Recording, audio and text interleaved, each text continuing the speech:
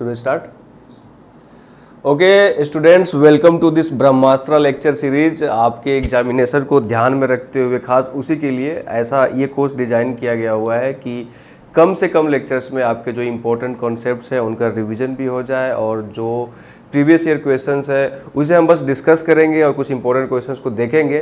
That is what is planned for this Brahmastra lecture series. तो start करते हैं उस लेक्चर के साथ जो सबसे शुरू में हुआ था। ऑफकोर्स आप लोग याद कर रहे होंगे एटॉमिक स्ट्रक्चर में काफ़ी वक्त बिताया था हम लोगों ने। लगभग 7-8 लेक्चर का सीरीज़ था। बहुत सारे प्रीवियस ईयर क्वेश्चंस, लगभग सारे प्रीवियस ईयर क्वेश्चंस हम लोगों ने सोल्व यहाँ पे किया था। अपार्ट फ्रॉम दैट हम लोग बहुत सारे इंपॉर्टेंट क्वेश्चंस उसके अलावा जो था वो डिस्कस किए थे और it went into a very systematic manner.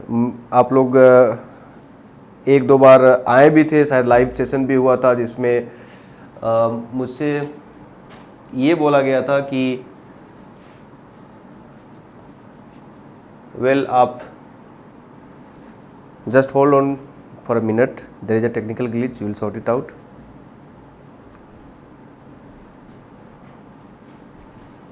Well it's done. कि मैं अंग्रेजी ज़्यादा बोलता हूँ तो मैंने उसको डाइल्यूट भी किया था, हिंदी ज़्यादा बोलने लगा था। तो देखते हैं, हम लोग स्टार्ट करते हैं। Okay, let's start. First thing first, हम लोग जो काम स्टार्ट करेंगे, जो एटॉमिक स्ट्रक्चर स्टार्ट होता है, ऑफ कोर्स एटॉमिक स्ट्रक्चर आणविक संरचना कैसा होता है एटम, उसकी कयास जो मॉडर्न आधुनिक परिप्रेक्ष्य में अगर बात की जाए तो सबसे पहले बोर्स मॉडल से स्टार्ट होता है। ठीक है ना, रदरफोर्ड मॉडल वगैरह के बारे में हम लोगों ने पढ़ा था। जैसे कि कभी हो सकता है ऑब्जेक्टिव क्वेश्चन पूछ ले, which of the following models guessed or predicted the existence of nucleus, निम्न में से कौन सा मॉडल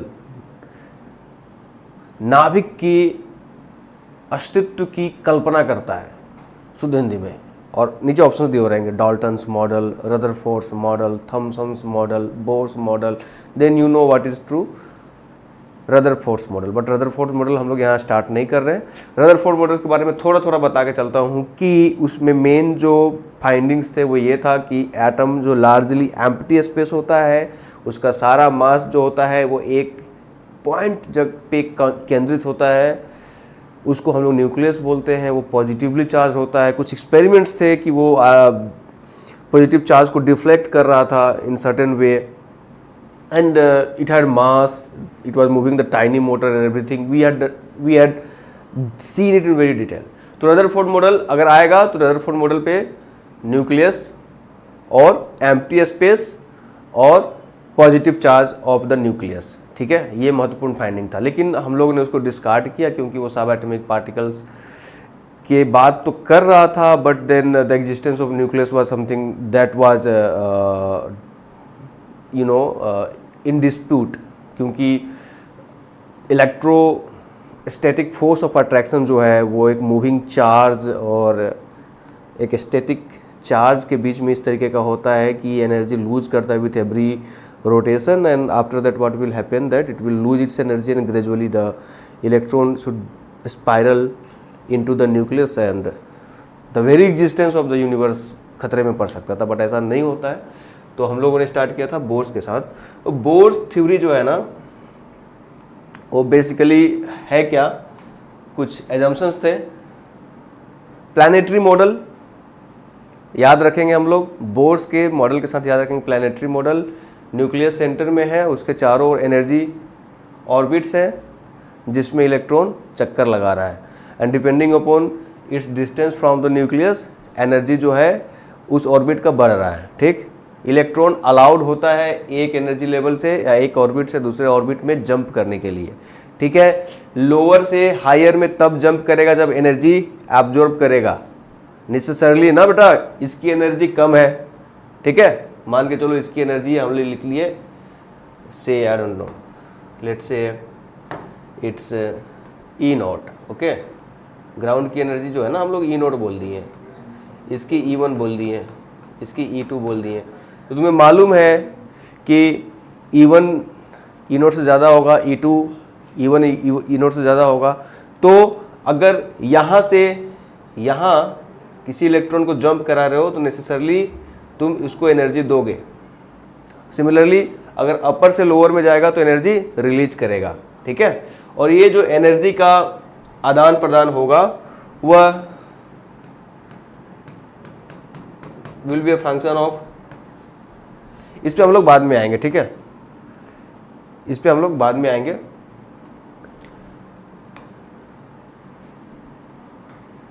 डिटेल से जब हम लोग क्वांटम का कॉन्सेप्ट पढ़ते हैं तब तक बोर ने क्या किया था कि इसने पैकेट्स ऑफ एनर्जी की कल्पना की। सबसे अभी तक एनर्जी को एक कंटिन्यूम समझा जा रहा था, लगातार एक स्ट्रीम है, फ्लो कर रहा है, बट देन बोर भाई साहब ने कहा कि नहीं भैया ऐसा नहीं है कि लगातार कंटिन्यूअस स्ट्रीम है, रादर पैकेट्स में, छोटे छोटे पैकेट्स में ये होते हैं। और सबसे जो छोटा पैकेट का एनर्जी होता है वो होगा एच न्यू, ओके। और एक और चीज पोस्टुलेट किया बोर ने, बहुत ध्यान से सुनना, एंगुलर मोमेंटम, ये जो है ना क्वांटिटी, ये एंगुलर मोमेंटम है। ऑफ कोर्स इंजीनियरिंग की पढ़ाई कर रहे हो तो कोई भी ब्रांच ऐसा नहीं हो जो विदाउट एंगुलर मोमेंटम उससे रिलेटेड न्यूमेरिकल सॉल्व किए हुए। Wow, I didn't expect that. Nevertheless is an integral multiple of h/2π, that is something that quantum mechanically Bohr postulated in his model, ठीक है। तो अगर कुछ भी ना आए बोर के मॉडल के बारे में तो 3-4 चीज़ें तो भैया हम गांठ बांध लो, लिख लो। पहला बात कि हिंदी में बोल रहा हूँ, किसी को शिकायत नहीं होनी चाहिए कि अंग्रेजी बोल रहे हो सर बहुत ज़्यादा।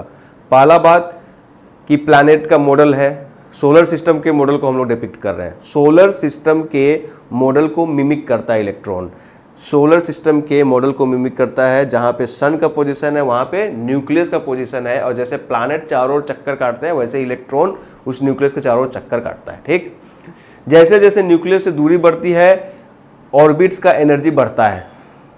लोअर ऑर्बिट से हायर ऑर्बिट में जाने के लिए एनर्जी पंप करना पड़ेगा सिस्टम में, हायर से लोअर अगर जाएगा तो एनर्जी रिलीज करेगा। और इलेक्ट्रॉन उसी कक्षा में, उसी ऑर्बिट में, उसी एनर्जी लेवल में, 3 वर्ड यूज किया, कक्षा हिंदी में पढ़ने वाला नहीं, बैठने वाला, जिसमें तुम पढ़ाई करते थे, कक्षा प्रथम, कक्षा द्वितीय, पता नहीं तुम लोग अंग्रेजी मीडियम में पढ़े हो, हिंदी मीडियम में पढ़े हो। हिंदी मीडियम में भी पढ़े हो तो ठीक से नहीं पढ़े हो, इतना बात तो श्योर है, क्योंकि शुद्ध हिंदी भी तुम लोग कैच नहीं कर पाते हो most of the time. Nevertheless it's my job to speak both in English and Hindi.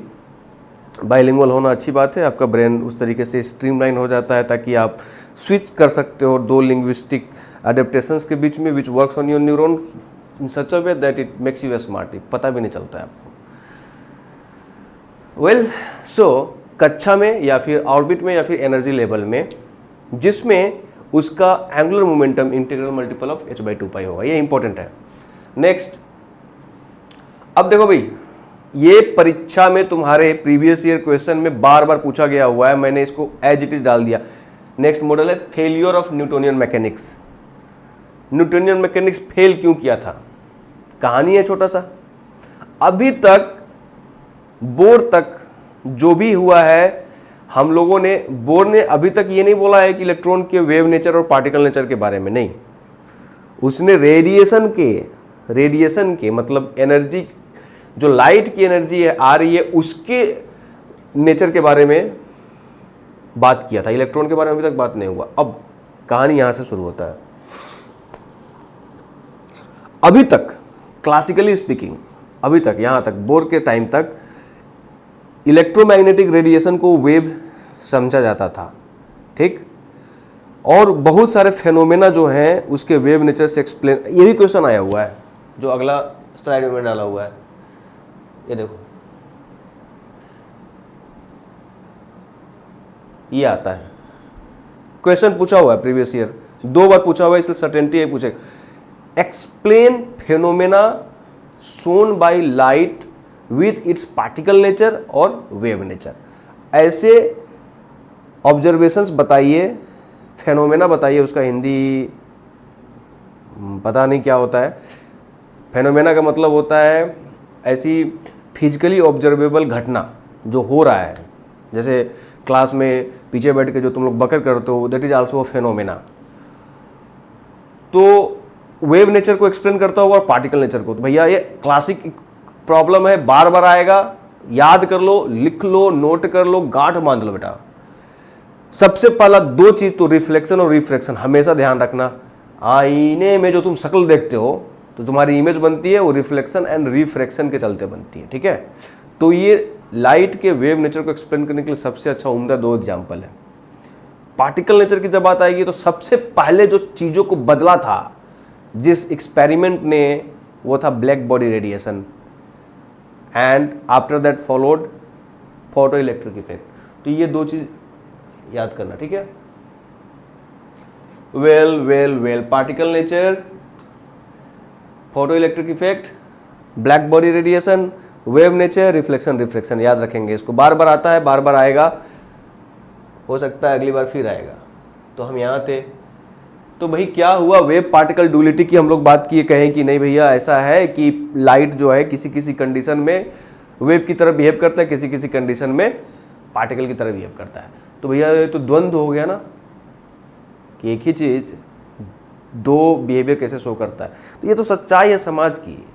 सब लोग मुखौटा लेके घूमता है, सामने में कुछ और पीछे कुछ और होता है। सामने में भी 5-6 मुखौटा होता है, जिसको फाइंड आउट कर पाना। लाइट तो फिर भी ठीक है, कम से कम दो ही नेचर का है। और इंसान की बात करें तो पोलिनोमियल है ना। और फिर हम कहते हैं कि गिरगिट रंग बदलता है। वेव पार्टिकल ड्यूलिटी की बात आई, एक साइंटिस्ट थे जिनका नाम था डी ब्रोए। उन्होंने हाइपोथेसाइज किया कि भाई लाइट जो है ना, मौका परस्त है, जैसी सिचुएशन होती है उसके हिसाब से वो काम करता है, कभी पार्टिकल की तरह तो कभी वेव की तरह बिहेव करता है। फिर डी ब्रोए ने यह भी कहा कि चूंकि लाइट बहुत ही छोटा पार्टिकल है, नेग्लिजिबल मास है, फोटोन उसको बोले हैं, तो सिमिलरली इलेक्ट्रॉन भी है वही चीज कर सकता है। क्लासिकली और इंट्यूटिवली एक वर्ड आता है, बार बार यूज होता है पॉपुलर साइंस में। इंट्यूटिवली मतलब कि तुमको प्राइमा फेसिया, प्रथम दृष्टया देख के क्या लगा। कभी कभी नहीं होता है कि कुछ होने वाला है, तुमको इंट्यूशन हो जाता है कि नहीं अभी ये कुछ तो गड़बड़ है ना, ये टीचर ठोकेगा, धुनेगा, अभी शांत रहने का है ना। तो इंट्यूशन बोलते हो। चाहे दोस्त के बीच में कुछ पंगा हो रहा है तो तुमको मालूम इंट्यूशन कि कुछ होने वाला है। इंट्यूटिवली लाइट को पार्टिकल, हम लोग इलेक्ट्रॉन को पार्टिकल समझते हैं, ठीक है ना। ऑफकोर्स शो भी ऐसे करते हैं, पार्टिकल है, मूव कर रहा है इलेक्ट्रॉन को ऐसे, ठीक है। लेकिन डी ब्रोए ने हाइपोथेसाइज किया, कहा कि भैया जैसे लाइट जो है वेव होते हुए पार्टिकल नेचर शो करता था, वैसे ही इलेक्ट्रॉन भी जो है पार्टिकल होते हुए वेव नेचर शो कर सकता है, ठीक है। और उसको एक्सप्लेन करते हुए there were experiments as well. You won't believe but I had shown in my lecture, मैंने दिखाया था कि जिस तरीके से वेव जो है, एक्सरे एक वेव है, वह एक इस तरीके का पैटर्न दिखाता है कि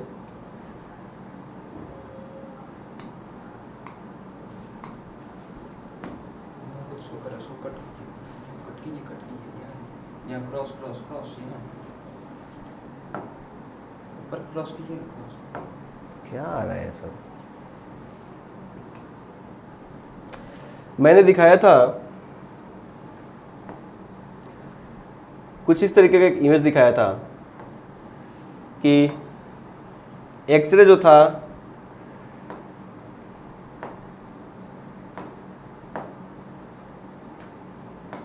hopeless,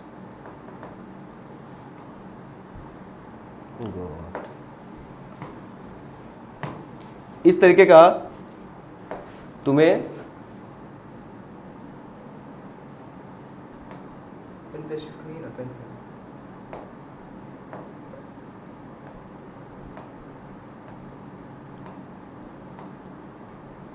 I won't believe it. इस तरीके का पैटर्न शो कर रहा था एक्सरे।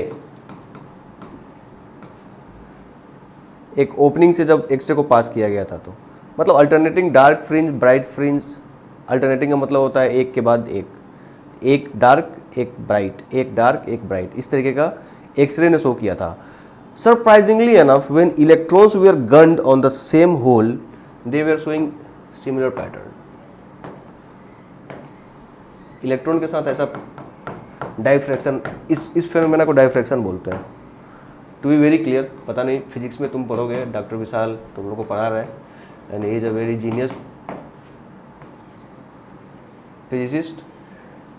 डाइफ्रैक्शन का मतलब होता है, diffraction is the phenomena of bending of light around corner. तो एक होल है, उस होल के अराउंड इस तरीके से बेंड करता है और इस कुछ पार्टिकुलर लंप ऑफ लाइट इस एंगल से बेंड करेगा, कुछ डिफरेंट एंगल से. पोलराइजेशन बोलते हैं इसको. लिख लो कहीं पे, रिलेटेड फेनोमेना है. कहीं भी तुम डाइफ्रैक्शन को बिना पोलराइजेशन के नहीं एक्सप्लेन कर सकते हो, इंटरफेरेंस को बिना डाइफ्रैक्शन के एक्सप्लेन नहीं कर सकते हो. They are coupled. सो ये भी एग्जांपल लिख सकते हो. पोलराइजेशन,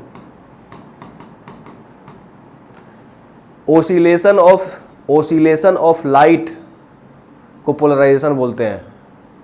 किसी कॉर्नर के अराउंड में जा रहे हो, इलेक्ट्रिक फील्ड का ओसिलेशन किस एंगल से हो रहा है, मैग्नेटिक फील्ड का ओसिलेशन किस एंगल से हो रहा है, that is polarisation.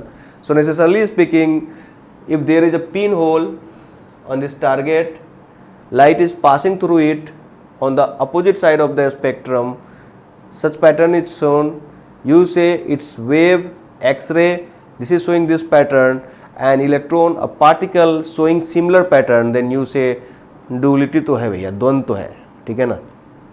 So this was something that was explained experimentally, and this was a paper, phenomenal paper.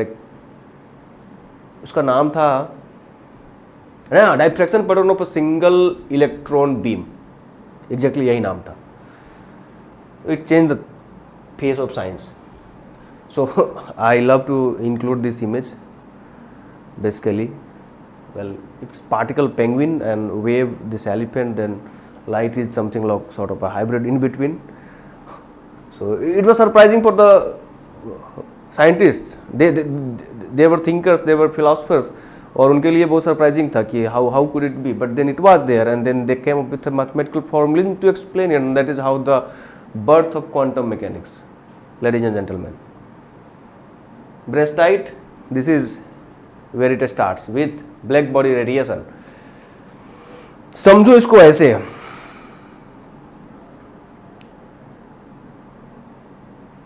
अभी गर्मी आ रहा है, तुम्हारा कोई दोस्त ब्लैक टी शर्ट पहन के बाहर निकले धूप में, तो बोलोगे बेवकूफ हो क्या.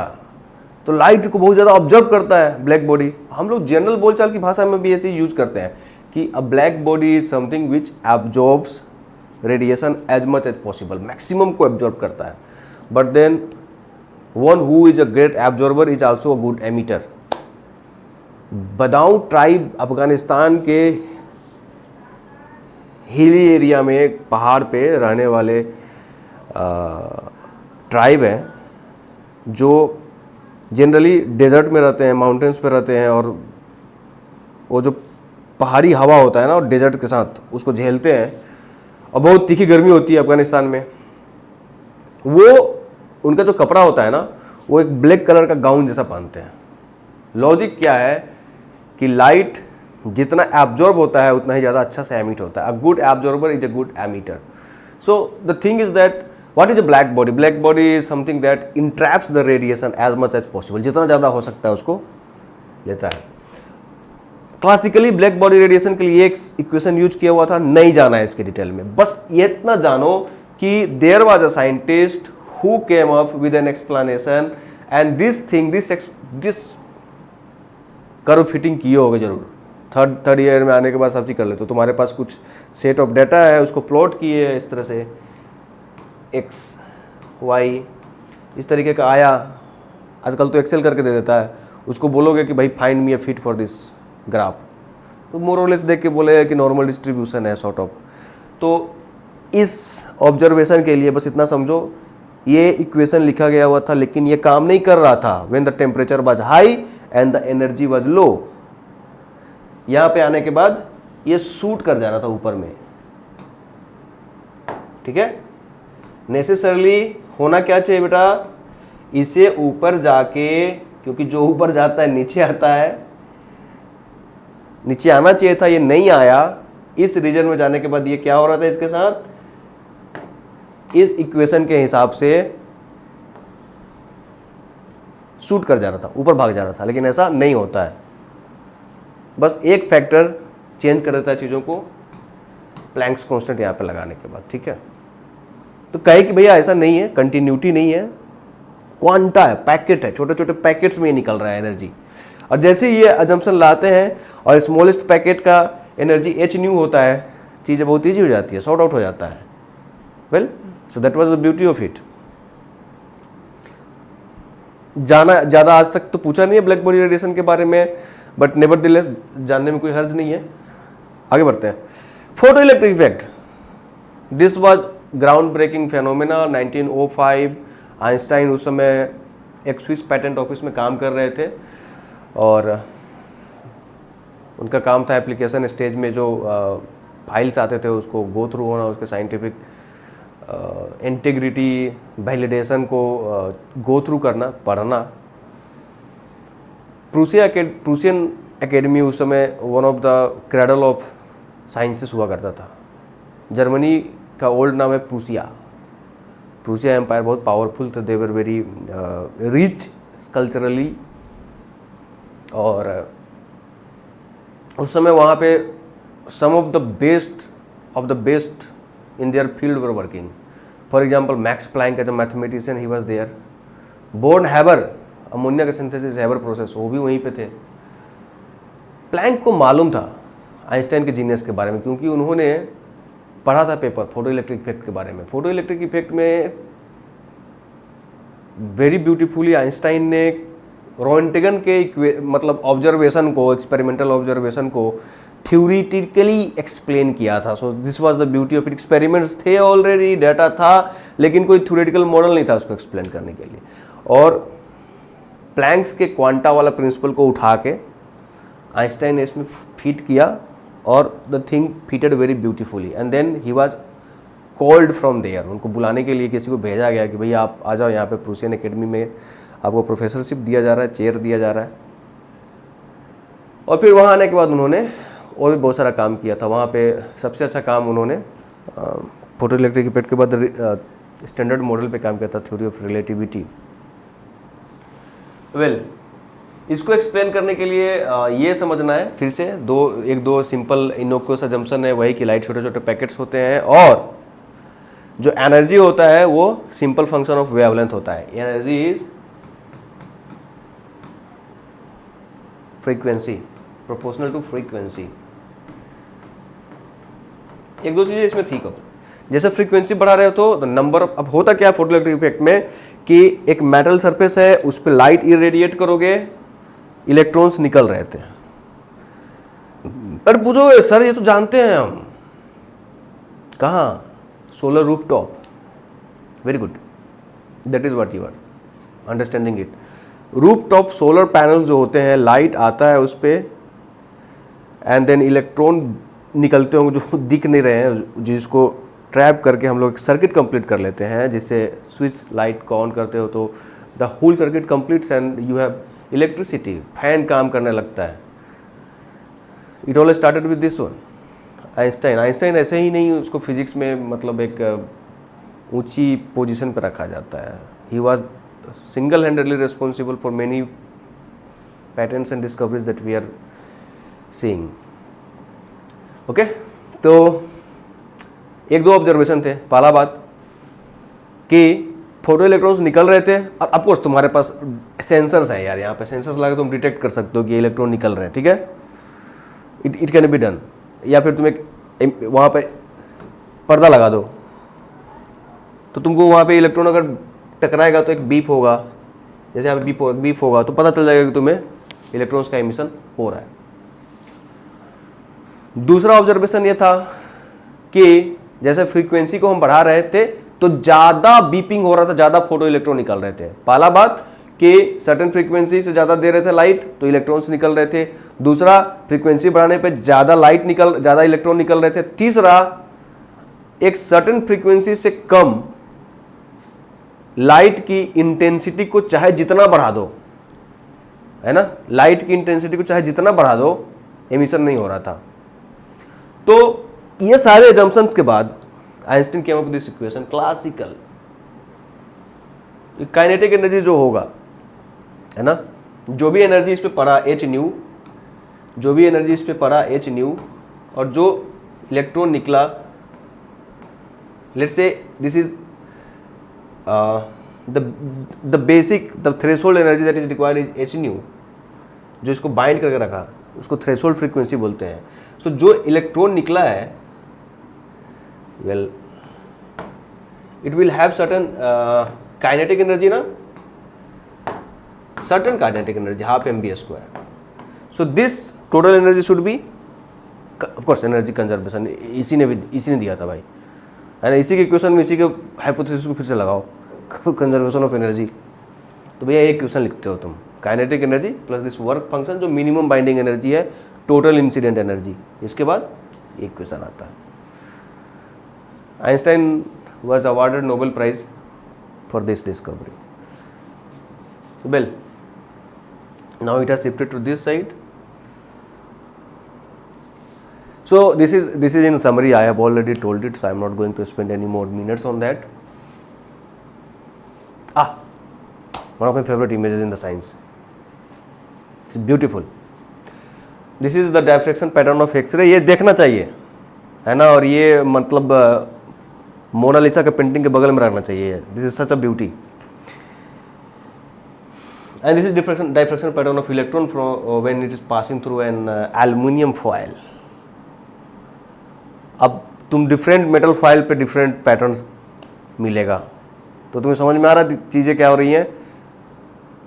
Of course it is the signature of the crystal pattern of aluminium, how it packs in BCC, its atomic radii is different, internuclear distance is different, so it is factor of that.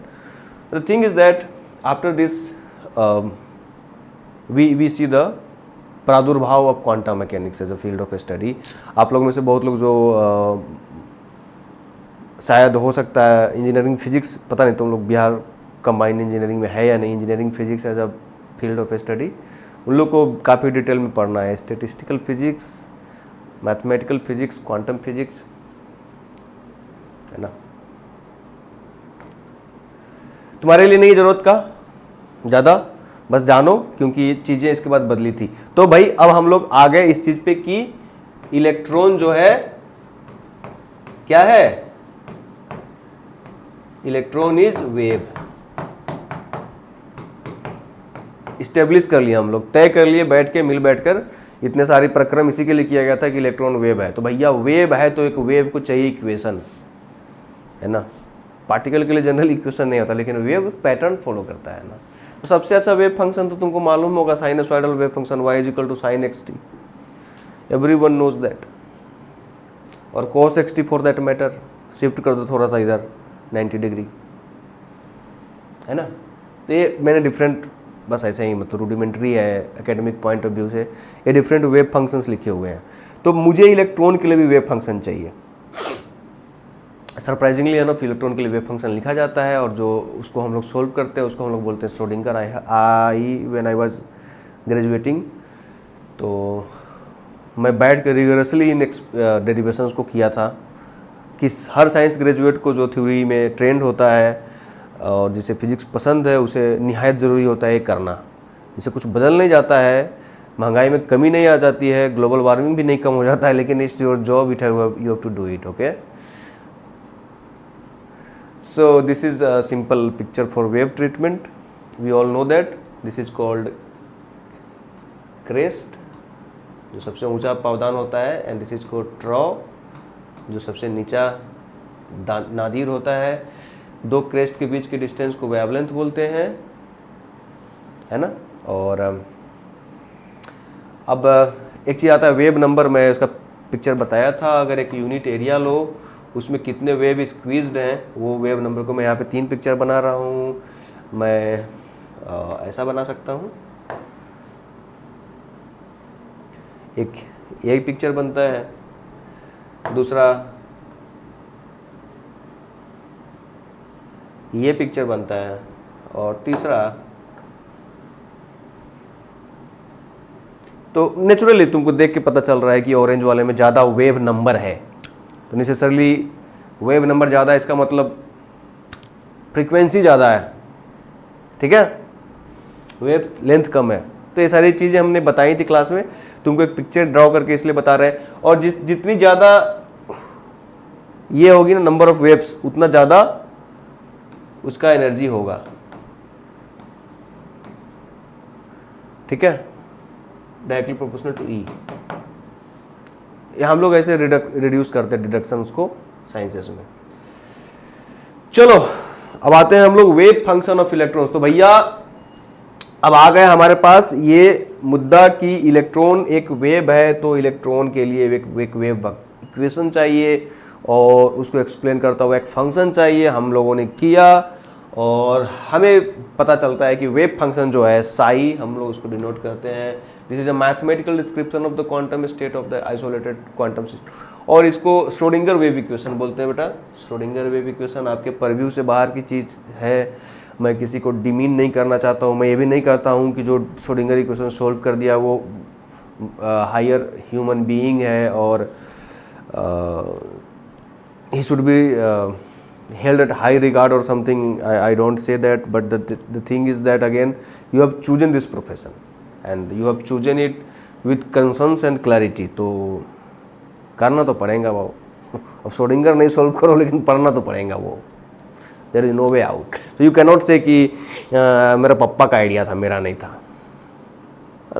Even पापा का idea था तो engineering कर रहे हो ना बे, पढ़ना तो पड़ेगा ना, करना पड़ेगा इसको। बार बार मैं कह रहा हूँ, कभी भी लाइटली मत लो। केमिस्ट्री को जनरली लोग लेते हैं, इट्स फन, बहुत मज़ेदार और इंटरेस्टिंग चीज़ है, पता चल रहा होगा। तो ये जो एक बेसिक इक्वेशन है H psi is equal to E psi, पूरा क्वांटम मैकेनिक्स इसी ट्रीटमेंट पे है। आई होप मैथ्स में तुम लोगों ने सोल्व किया होगा। Eigen function, eigen values, eigen vectors, remember it, okay, go through it. Solve नहीं करना है, बस इतना जानना है कि इसको सोल्व करने पे 4 क्वांटम नंबर निकलते हैं। मतलब इसका सॉल्यूशन जो है वो 4 क्वांटम नंबर है। कौन कौन से 4 क्वांटम नंबर है? बिल्कुल सही गेस किए। ये principal quantum number n, azimuthal quantum number l, magnetic quantum number m और स्पिन क्वांटम नंबर s। बस इतना जानना है। ये साहब ये श्रोडिंगर इक्वेशन के सॉल्यूशन से आने वाले समझो कि रूट्स हैं। जो पॉलिनोमियल इक्वेशन एक तरीके का होता है जो उसको सोल्व करते हैं तो उसको रूट्स बोलते हैं। x minus y nought is bracket x minus y1 bracket x minus y2 is equal to 0। तुमको मालूम है कि separately x is equal to y nought, y1, y2, तो ये डिफरेंट रूट्स या डिफरेंट सॉल्यूशंस बोलोगे। एक इक्वेशन के 5 सॉल्यूशन हो सकते हैं अगर वो पॉलिनोमियल है। किस डिग्री का? 5वीं डिग्री का। पता है यार तुमको, बाइनरी होता है x square plus 3x minus 5। तो तुम्हें मालूम है कि कुछ तो होगा इस तरह से, x प्लस सम नंबर 2 इंटू x माइनस 3। तो तुम्हारे तो 2 सॉल्यूशन होते हैं उसके, ठीक है। तो वैसे ही ओके। और इसका मतलब क्या होता है बेटा? प्रिंसिपल क्वांटम नंबर अगर n है तो ये talks about electron shell energy के बारे में बात करता है, साइज के बारे में बात करता है, size of the energy level, ठीक है। एटम का साइज क्या होगा? Sub shell L is equal to, L की वैल्यू n-1 से 0 तक होती है और इसकी वैल्यू बताती है सब सेल्स, ठीक है। ये बताता है कि ओरिएंटेशन ऑर्बिटल का कैसा होगा, कैसे स्पेस में ये ओरिएंटेड होंगे। फर्दर उनका ओरिएंटेशन जो है उस डायमेंशन में कितना डिग्री का रोटेशन हो सकता है, कितने डिग्री पे इंक्लाइंड होगा, ये तुमको मिलता है मैग्नेटिक क्वांटम नंबर m से। स्पिन ऑफ कोर्स बताता है कि एंटी क्लॉकवाइज या क्लॉकवाइज नचेगा इलेक्ट्रॉन। तो ये क्वांटम नंबर्स का ट्रीटमेंट है। हम लोगों ने इस पर बहुत सारा प्रॉब्लम किया था और मैं फिर से तुम्हें अर्ज करूंगा कि तुम जाके उन प्रॉब्लम्स को सॉल्व करना। इस पर 2 मिनट हम लोग समय दे सकते हैं अगर तुम चाहो तो। जैसे कि मैं कहूँ कि अगर n जो है 1 है तो L की वैल्यू क्या होगी? Let's do it.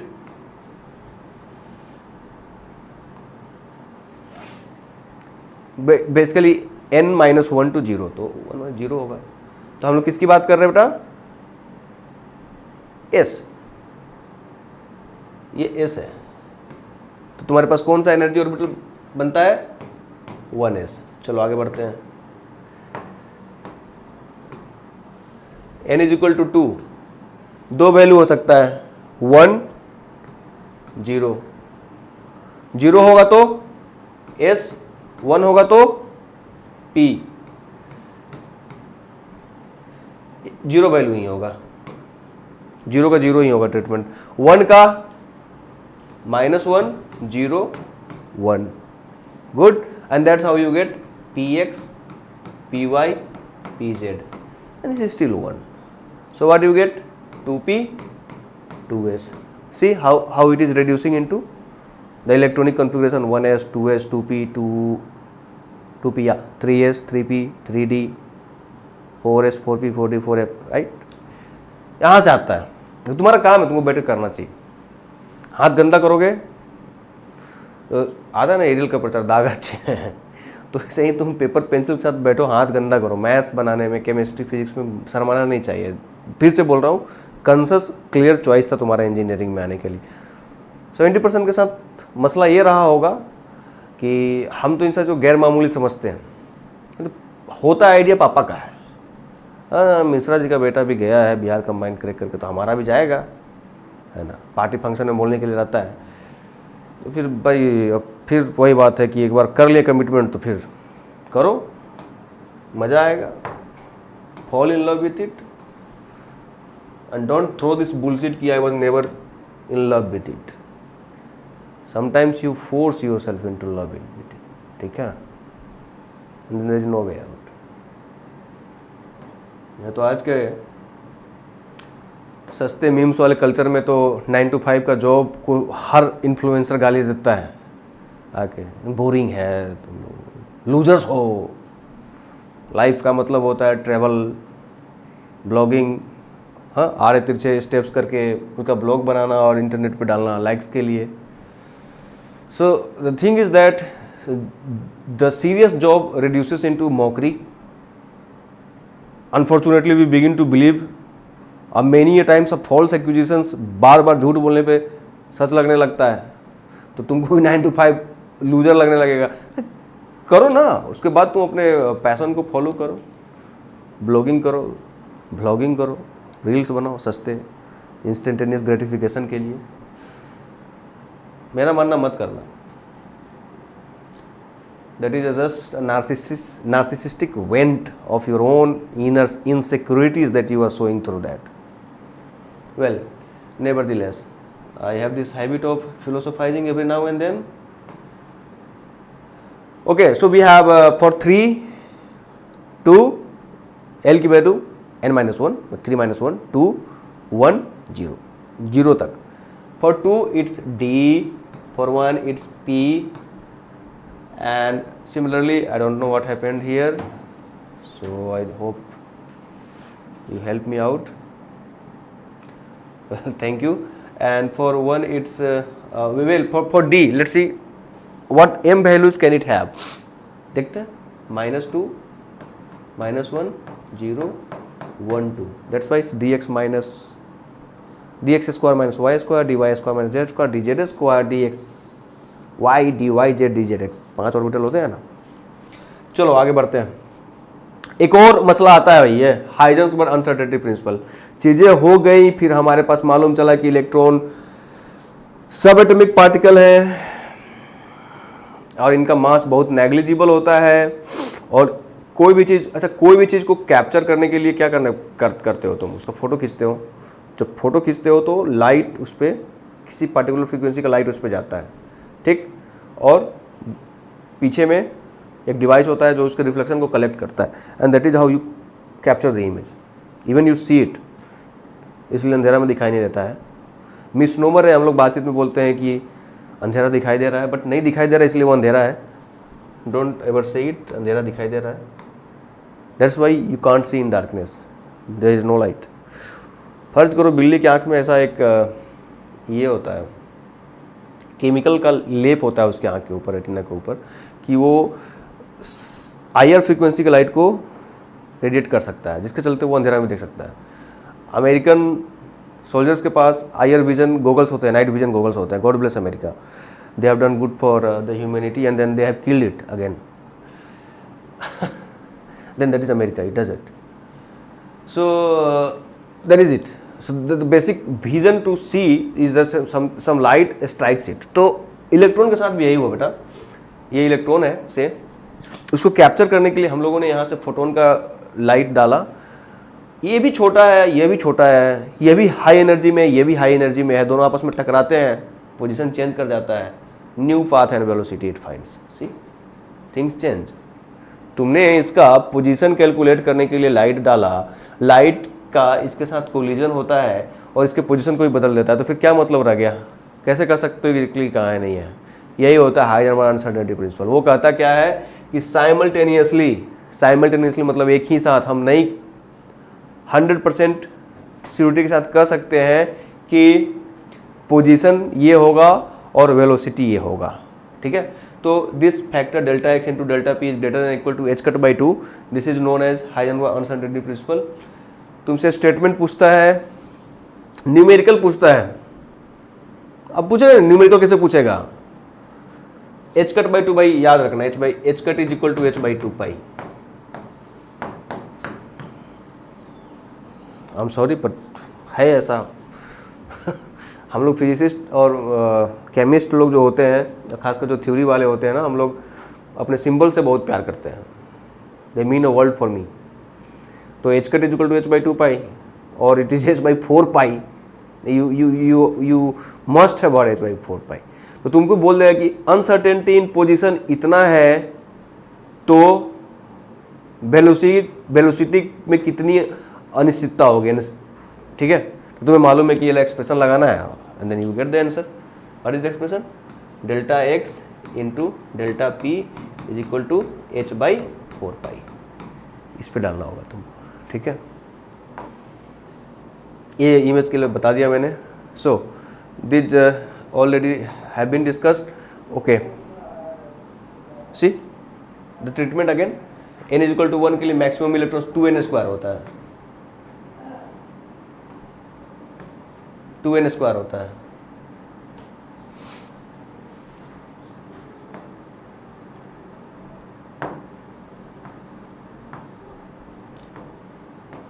Okay, so it can be asked चौथे सेल में कितने इलेक्ट्रॉन हो सकते हैं? Then what will you answer? Yes, 4 को 16, 4 स्क्वायर इंटू 2, 32। पूरा ट्रीटमेंट है यहाँ पे। L is equal to 1, 1s, 2s, 2p। Then this is अब इलेक्ट्रॉनिक कॉन्फ़िगरेशन की जब आती है बात, तो minimum n plus L rule. Minimum हमेशा याद रखना बेटा, ये minimum n plus L rule. कहीं मतलब दिल के किसी कोने में लिख लो इसको। जिसका n प्लस एल कम होगा उसकी एनर्जी कम होगी, जिसका n प्लस एल कम होगा उसकी एनर्जी कम होगी। अगर n प्लस एल बराबर है दो एनर्जी लेवल का, तो इलेक्ट्रॉन उसमें जाएगा जिसका n छोटा होगा। n लोअर टेक्स प्रोमिनेंस या प्रायोरिटी।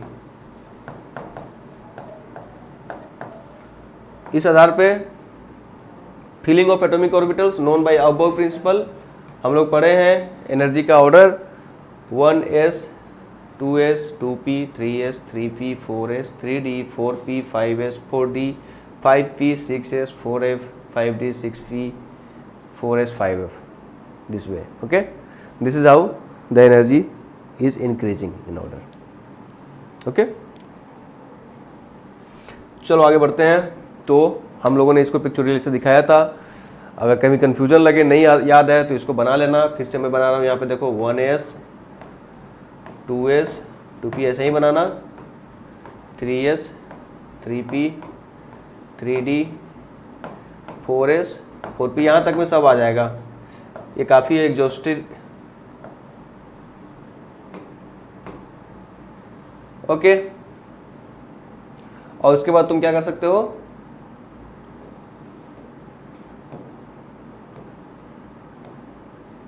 वन एस के बाद मिला दो इसको,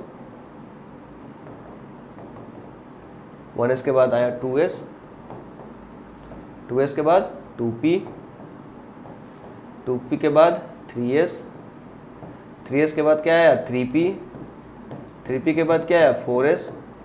तो क्या ये ऑर्डर हमारा प्रीवियस ऑर्डर से मैच करता है, one s two s two p three s three p four s. तो जवाब है हाँ, ये मैच करता है। Okay, so I am again not able to move the slide, would you please help it. Okay, so this is how the energy is distributed, मतलब energy level is distributed and electron has to be now distributed in these energy levels. Okay, so we have to, and हम लोगों ने देखा था, आप लोगों ने हमको बोला था कि डिफरेंट एटम्स का, डिफरेंट मेटल्स का, जैसे कि जिंक का और किसी और का आप लोगों ने बोला था, तो मैंने इलेक्ट्रॉनिक एनर्जी लेवल्स किया था, बनाया था। Okay, now let's come to another concept in atomic structure, Pauli's exclusion principle. बहुत ही सिंपल स्टेटमेंट है। क्या बोलता है ये कि maximum of two electrons each having opposite spins can fit an orbital. अगर तुम्हारे पास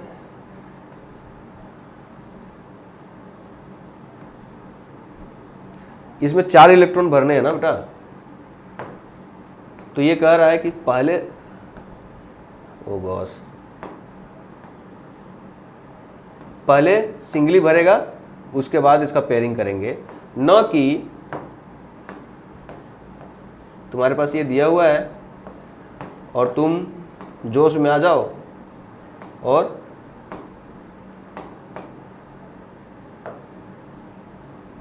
इसको ऐसे भरने लगो। ये नहीं चलेगा, ये चलेगा। पहले सिंगली भरेंगे, फिर उसका पेयरिंग करेंगे। ठीक है, इसी को बोलते हैं पॉलीज एक्सक्लूजन प्रिंसिपल। और इसके बाद आता है Hund's rule of maximum spin multiplicity. Well,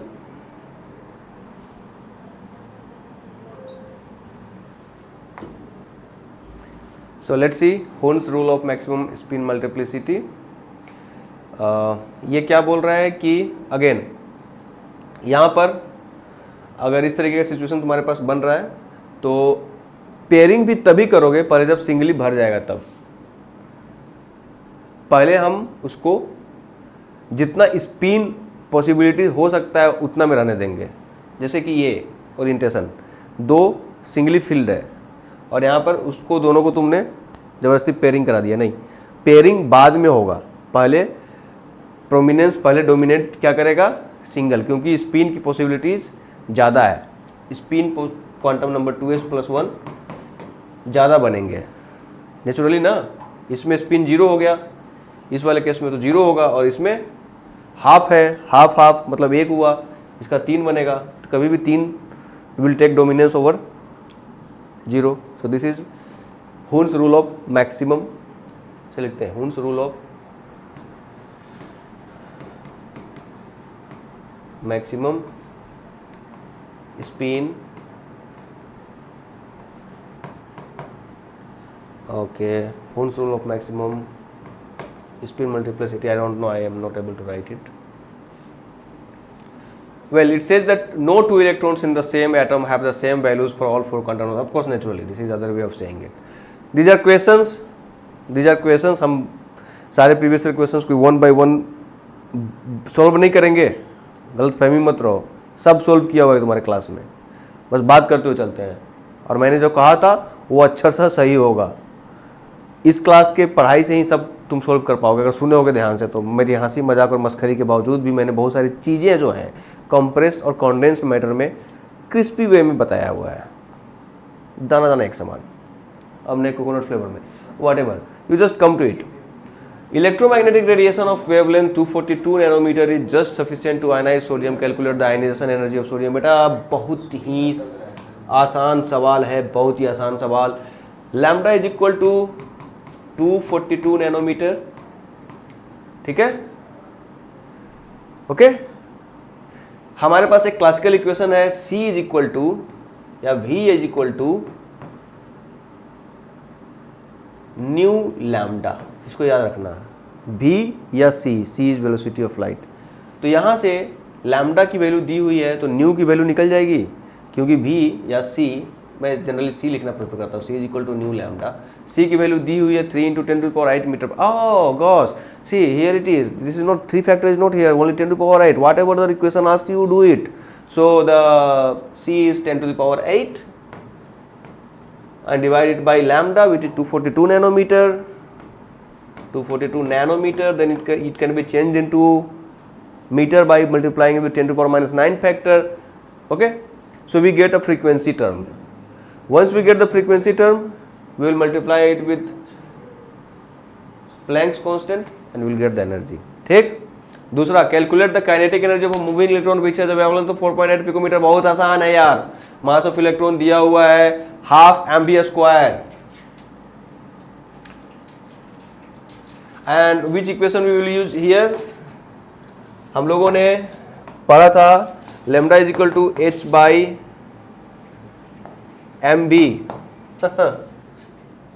D Broglie equation, lambda is equal to h/mv. अब पूछो हमसे, वेवलेंथ दिया हुआ है लैम्डा, h का वैल्यू पता है, मास ऑफ इलेक्ट्रॉन पता है 9.1 × 10⁻31 kg. 9.11 into 10⁻31 kg mass of electron is given. Lambda is given, h is 6.626 into 10⁻34 joule second given. An equation is there, there are 4 variables, 3 are known. तो चौथा निकाल लोगे ना भाई, सिंपल मैथमेटिक्स 101. वेलोसिटी निकल गया तो ½ mv² kinetic energy. As it sounds. How many photons of light having wavelength of 4000 angstrom are necessary to provide. बात ही करना बेकार है. It again it's very easy question. E is equal to h nu, factor n लगेगा यहाँ पे. हमने बोला कि एक फोटोन की एनर्जी है, और जब n फोटोन होंगे तो मल्टीप्लाई विद n.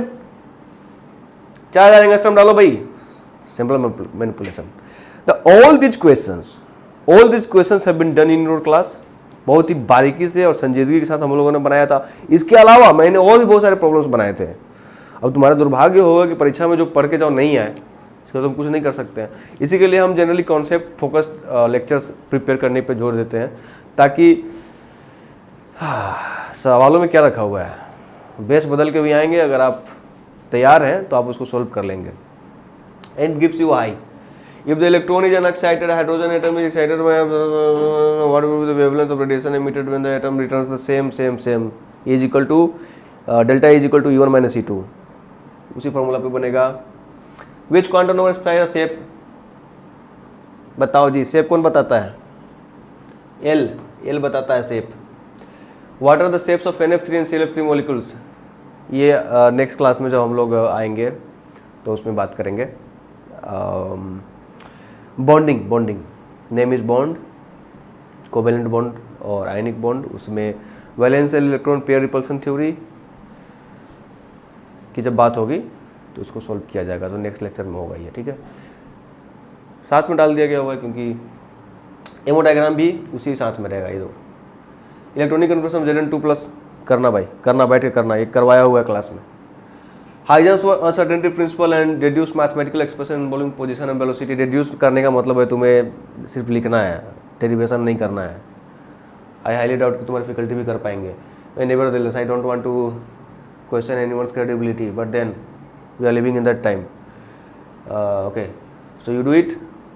बैठ के लिखना. इक्वेशन क्या है? Delta x into delta p greater than equal to h/4π. Cut नहीं समझ में आता है तो मत लिखना, वही लिखो जो समझ में आता है. ओन व्हाट यू राइट, है ना. चैट जीपीटी का ज़माना है. चैट जीपीटी आंसर तो दे देता है और घंटा में मालूम नहीं रहता है कि क्या बोल रहा है. लिख देते हो तुम, वोमिट कर देते हो, उल्टी कर देते हो, but then you don't own it. Owning का मतलब होता है कि You are the master of the words that you are writing. You are the master of the words that you are saying. That makes a perfect man. Pretension does not take you too far. Engineering कर लोगे बहुत से बहुत, तो बोलोगे कि बच के तो जाना नहीं है यहाँ से. But then there is Bryan Johnson, the next longevity expert. अनेक दवाइयाँ लेने के बाद अपने आप को ताउम्र जीवित रखने की कोशिश में लगा हुआ है. Who knows, might be you are the one who solve this problem. Something to with nanotechnology, I don't know. Then again next question, explain dual nature of light and give one example. किया ना, बोला था ना, exact question है यार तुम्हारे question, हम लोग किए हैं सब चीज़ को.